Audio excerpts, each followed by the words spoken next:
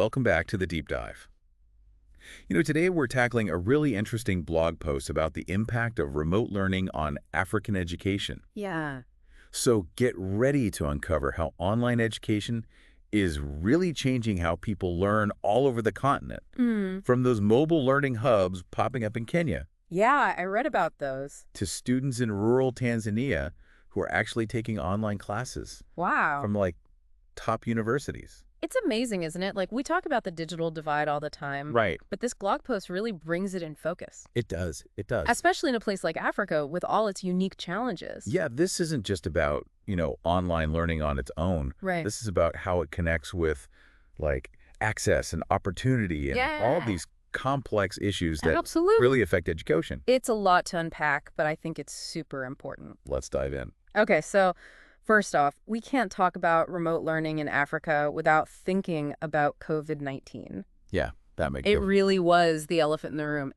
I mean, the pandemic forced that huge shift to online education everywhere, right?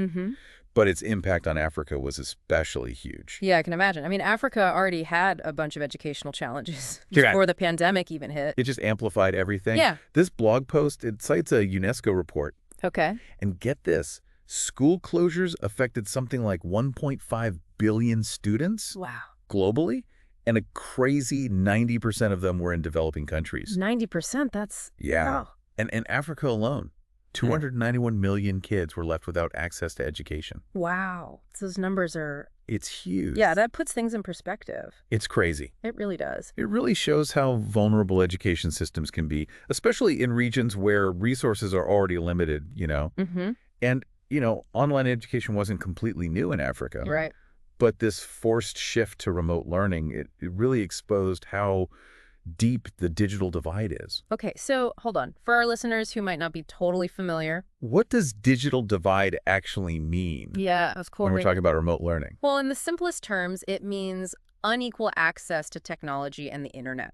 Okay. But it goes deeper than that. Okay. Like, imagine a student in a big city. Uh-huh. They've got high-speed internet, multiple devices, Right. digital literacy skills, the whole package. Right. Now, picture another student out in a rural village. Okay. And maybe they have limited or no internet access, sharing a single phone with their family. Wow. And they don't have basic digital skills. Right. They both need to learn online, but their realities are completely different. That's a really powerful comparison. It is. So it's not just about having the internet or not. It's about all those layers of access that really affect a student's ability to even participate. Exactly Right. in online learning. And that gap between those who have access and those who don't, Yeah. it's especially big between urban and rural areas in Africa. So that statistic we mentioned earlier, about 600 million people in Africa lacking reliable internet access, Right. that's actually translating to millions of students who are potentially missing out on remote learning. It's a lot of kids. And it just makes existing inequalities in education even worse. Yeah, so it's like, on one hand, the pandemic pushed remote learning forward, Right. but it also revealed this massive barrier Huge barrier. that could leave a lot of students behind. It's a serious problem. Yeah, that's a sobering thought. It is? But, in the face of all these challenges, there are some glimmers of hope. There are. The blog post talks about this initiative in Kenya Okay. where they're setting up mobile learning hubs. Yeah, I was reading about those. They're amazing. They bring internet access and devices right to underserved communities. Wow. So thousands of students who would be left out can actually participate in online learning. That's amazing. It is. It shows how resilient these communities are, Yeah, even with limitations, they're finding ways to make it work. They are. What I'm getting from this is that access is really the foundation. It's everything. Without addressing that digital divide, Yeah. all the potential of online learning just, It's a moot point. it doesn't really matter for a lot of people. You can't build a house without a foundation. Exactly. It's the same with online learning. Okay, so we've talked about access, the digital divide, and that's super important. It is. But let's switch gears a bit and talk about the potential of online learning Okay. when access is available, when those barriers are addressed. Yeah. What are the opportunities there for African education? I'm really curious to hear about this because you think about how vast Africa is It's huge. and all the challenges of traditional education system. Absolutely. It seems like online learning could offer some unique solutions. It can. So Where do we Well, start? one of the biggest benefits highlighted in the blog post is enhanced accessibility. Okay, so what does that mean in practical terms? It means that online learning can reach beyond physical boundaries, allowing students from all kinds of backgrounds and locations to access education that might have been impossible before. So it's about leveling the playing field, in a way. Exactly. Hmm. Imagine a child in a remote village in Tanzania Okay. suddenly having access to courses taught by professors from top universities, Wow. like the University of Dar es Salaam. That's the power of online learning. That's incredible. It breaks down barriers and opens up a whole world of opportunities. Yeah, so it's not just about convenience. It's about giving people opportunities that simply wouldn't exist otherwise. Exactly. It's about potential. That's a really compelling argument for online learning. It is. And, this accessibility isn't just limited to location. Right. Online learning offers this level of flexibility Yeah. that's really valuable, especially in a continent where a lot of students have to juggle a lot of responsibility. Right. Family commitments, jobs, Mm-hmm. sometimes traveling long distances just to attend school. It's a lot. Online learning can really fit into their lives in a way that traditional learning might not. That's the idea. That's amazing. Yeah, and there's research to back this up, too. Oh, really? The African Development Bank found that something like 74% of students Wow. really like the flexibility of online learning, Oh, wow. especially the ability to revisit lecture materials at their own pace. Yeah, that makes total sense. Right? It takes the pressure off and lets people learn in a way that works for them. Exactly. Okay, so we've talked about accessibility, flexibility. Mm-hmm. What other advantages are there? Well, we can't forget about the fact that online learning teaches students essential digital skills, Oh, that's a good point. which are becoming super important in the job market these days. It's not just about what they're learning, it's about how they're learning it Exactly. and the skills they pick up along the way. Exactly. Are there any studies that actually show how digital literacy affects people's chances of getting a job? There are. The International Labor Organization, they found that having good digital skills can boost your job prospects by a whopping 230%. 230%, that's insane. It is. So online learning is kind of a double win. It's access to education and valuable job skills. It is. It's setting people up for success. Now, we got to be real, though. Of course. Online learning isn't perfect. It's not a magic bullet. Yeah, the blog post also talks about some of the challenges Right. There are definitely hurdles. of remote learning in Africa. Yeah, and we've touched on the digital divide, Hmm. but there are other issues that we need to deal with if we want online learning to really work. Like what? What other challenges come to mind? Well, one of the biggest ones is infrastructure. Okay. Things like unreliable internet, power outages, and just a lack of devices Right? that are actually good for online learning. Uh-huh. These are everyday problems for a lot of students in Africa, Wow. and they make it really tough to learn remotely. So even if we solve the access issue, there are these practical challenges Yeah, that can still get in the way. exactly. It's a multi-layered problem, it sounds like. It is. It is. So even if we get everyone a laptop and internet access, Right. it might still not be enough It's not that simple. to really make online learning effective. To really make it work for everyone, we need to address all those layers. This is getting complex. It is. But it's super important. We need to understand these nuances Absolutely. to really grasp the full picture. Exactly. It's not just black and white. There's a lot of gray area. So where do we go from here? How do we start tackling these challenges? Well, that's a great question, and it's something we'll dive into in the next part of our deep dive. Stay tuned. Welcome back to the Deep Dive. We just explored the landscape of remote learning in Africa, all the opportunities and the hurdles it faces. Yeah, it's a complex situation. It is. But now let's shift gears and talk about solutions. Okay, sounds good. Let's dive into what's being done to actually address these challenges. To make online learning work for African students. The blog post really highlights the role of governments and institutions in all of this. Okay, so what can they do? Like, what concrete actions can governments take to really move the needle? Well, one of the biggest things is investing in technology, Right. specifically expanding internet access, especially in rural areas. So it's not just about acknowledging the digital divide, it's about actually putting money and resources into fixing it. Exactly. And some governments are stepping up, Oh, really? Like who? South Africa, for example, has pledged a huge amount, something like 1.1 billion USD, Wow. over the next 5 years, just to bring internet access to rural schools. That's a massive investment. It is, and it shows they're serious about making sure all students have a chance to learn online. It's a good sign. Hopefully other countries will follow their lead. Yeah, I hope so too. But, infrastructure is only one piece of the puzzle. Right, because just giving people computers and internet access doesn't mean they automatically know how to use them. Exactly. That's where teacher training comes in. Okay, so what kind of training are we talking about? Well, teachers need to learn how to teach effectively online. It's a whole different skill set. Makes sense. It's not the same as standing in front of a classroom. Nope, not at all.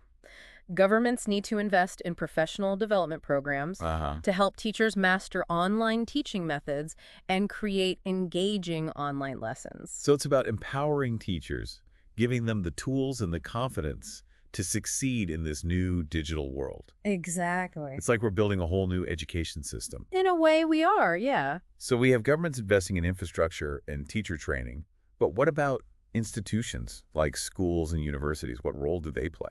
They have a huge role, too.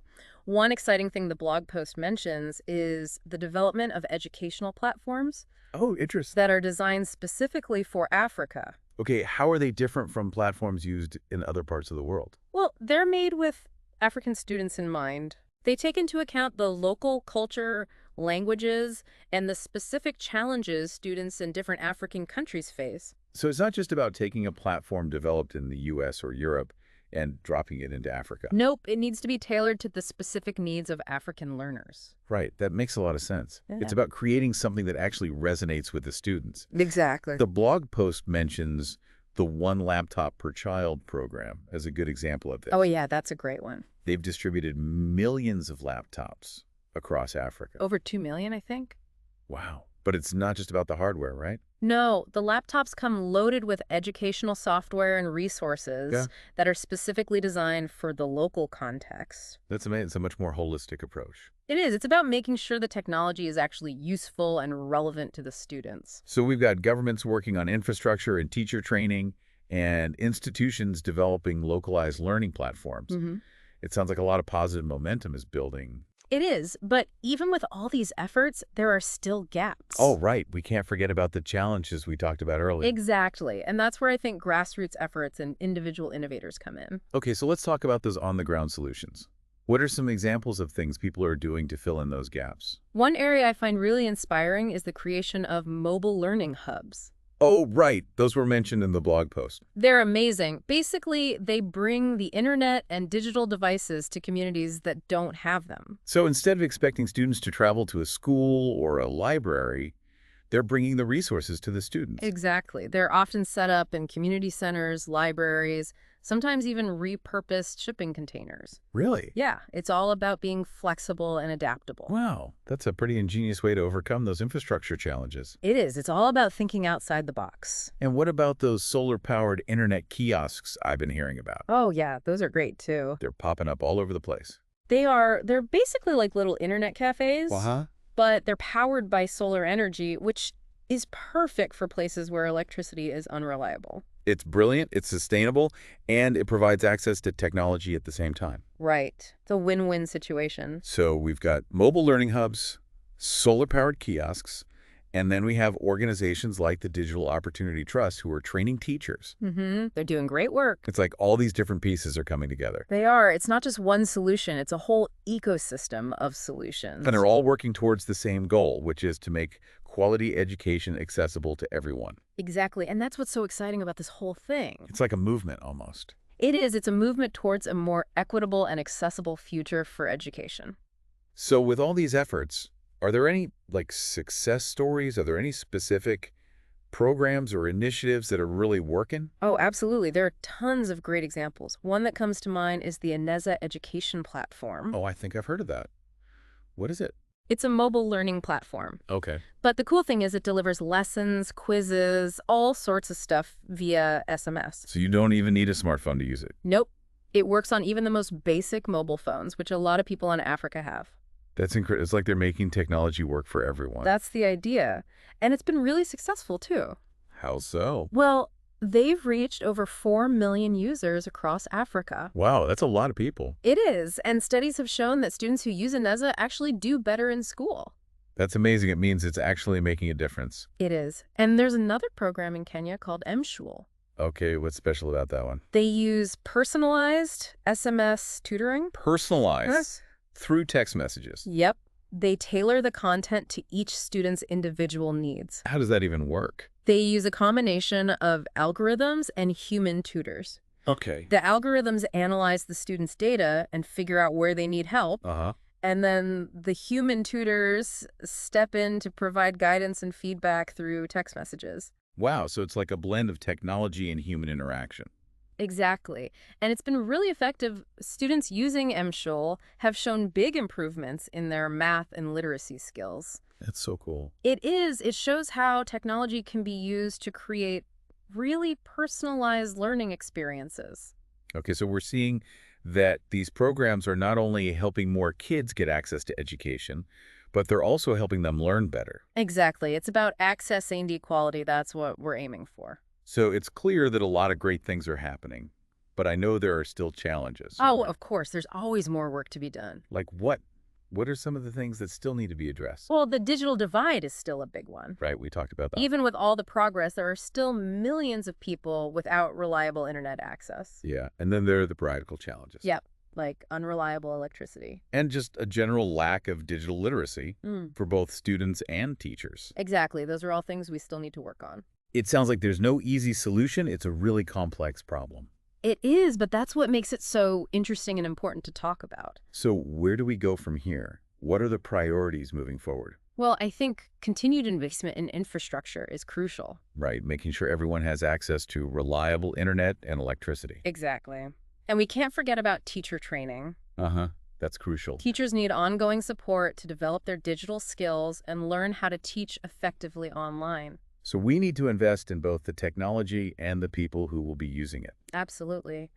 And we need to keep innovating, developing new educational platforms and resources. That are tailored to the needs of African students. Exactly. And I think fostering collaboration is really important too. What do you mean by that? Well, we need to create more opportunities for educators, policymakers, everyone involved in education Okay. to come together, share ideas, learn from each other's successes and challenges. So it's about creating a community of practice. Exactly. By working together, we can make progress much faster. This is a huge undertaking. It's not something any one person or organization can do alone. It's a team effort for sure. But it's exciting, isn't it? There's so much potential here. There is. And I'm really optimistic about the future of education in Africa. Me too. Yeah. So to sum up, we've talked about the challenges, the opportunities, the solutions, and the amazing things people are already doing. It's been quite a journey. It has. But now let's move on to one of the most promising trends we're seeing. The rise of hybrid learning models. Oh, this is my favorite part. Yeah, this is where things get really interesting. It's about combining the best of both worlds. Traditional classroom learning and online flexibility. It's like a perfect blend. It is. Wow, we've covered so much ground in this deep dive. We've gone from the pandemic's impact to the digital divide, the inspiring solutions emerging, and now this whole idea of hybrid learning. Yeah, it's been a lot, but it really feels like we've gone beyond just like summarizing the blog post, you know? I agree. We've really dug deep into the complexities and the nuances of remote learning in Africa. It's been fascinating to see how all these different factors are interconnected. Totally. But like any good deep dive, we don't just want to leave you with information. We want to spark your own curiosity and get you thinking about what's possible. Exactly. So we've got a couple of thought-provoking questions to leave you with. All right, hit me with them. Well, first, let's go back to that digital divide. We've talked about the solutions being implemented, but what other innovative ideas do you think could bridge that gap? Like, how can we make sure every student in Africa has access to quality education? Yeah, let's think outside the box here. What about those existing community spaces? Could we transform them into learning hubs? Imagine, like, local libraries becoming vibrant centers for digital learning. I love that. Tapping into existing resources and making them work for education. Right. Or, okay, what about leveraging solar energy? We could use it to power those mobile learning hubs and digital devices in remote areas. Oh, that's a great idea. Solar energy has so much potential in Africa, and it's sustainable too. Exactly. Okay, another thought. What about a peer-to-peer learning platform? What do you mean? Like, imagine students in well-connected areas mentoring and supporting those in less connected regions. They could share knowledge and resources across those digital divides. That's brilliant. It's like creating a virtual network of learning buddies. And think about the potential of artificial intelligence. Yeah. We could use it to create personalized learning experiences tailored to each student's unique needs and challenges. Oh, wow, that's next level stuff. Imagine, like AI helping students in remote villages access learning materials in their local languages or adjusting the pace of lessons to match their learning style. The possibilities are pretty mind-blowing, and we genuinely want to hear your ideas too. So share your thoughts with us on social media using hashtag #DeepDiveAfrica. We really believe that everyone has something valuable to contribute to this conversation. We do. Your insights might spark the next big breakthrough in education. Exactly.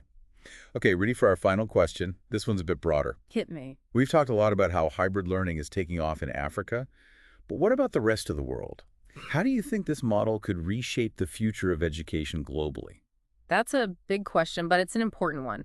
I think hybrid learning has the potential to really shake things up in a good way. It offers this unique blend of flexibility and adaptability. And that's crucial in our world today, right? Yeah. Things are constantly changing, and education needs to be able to adapt. Totally. And as technology keeps evolving, who knows what amazing hybrid learning experiences we'll be able to create. It's exciting to think about.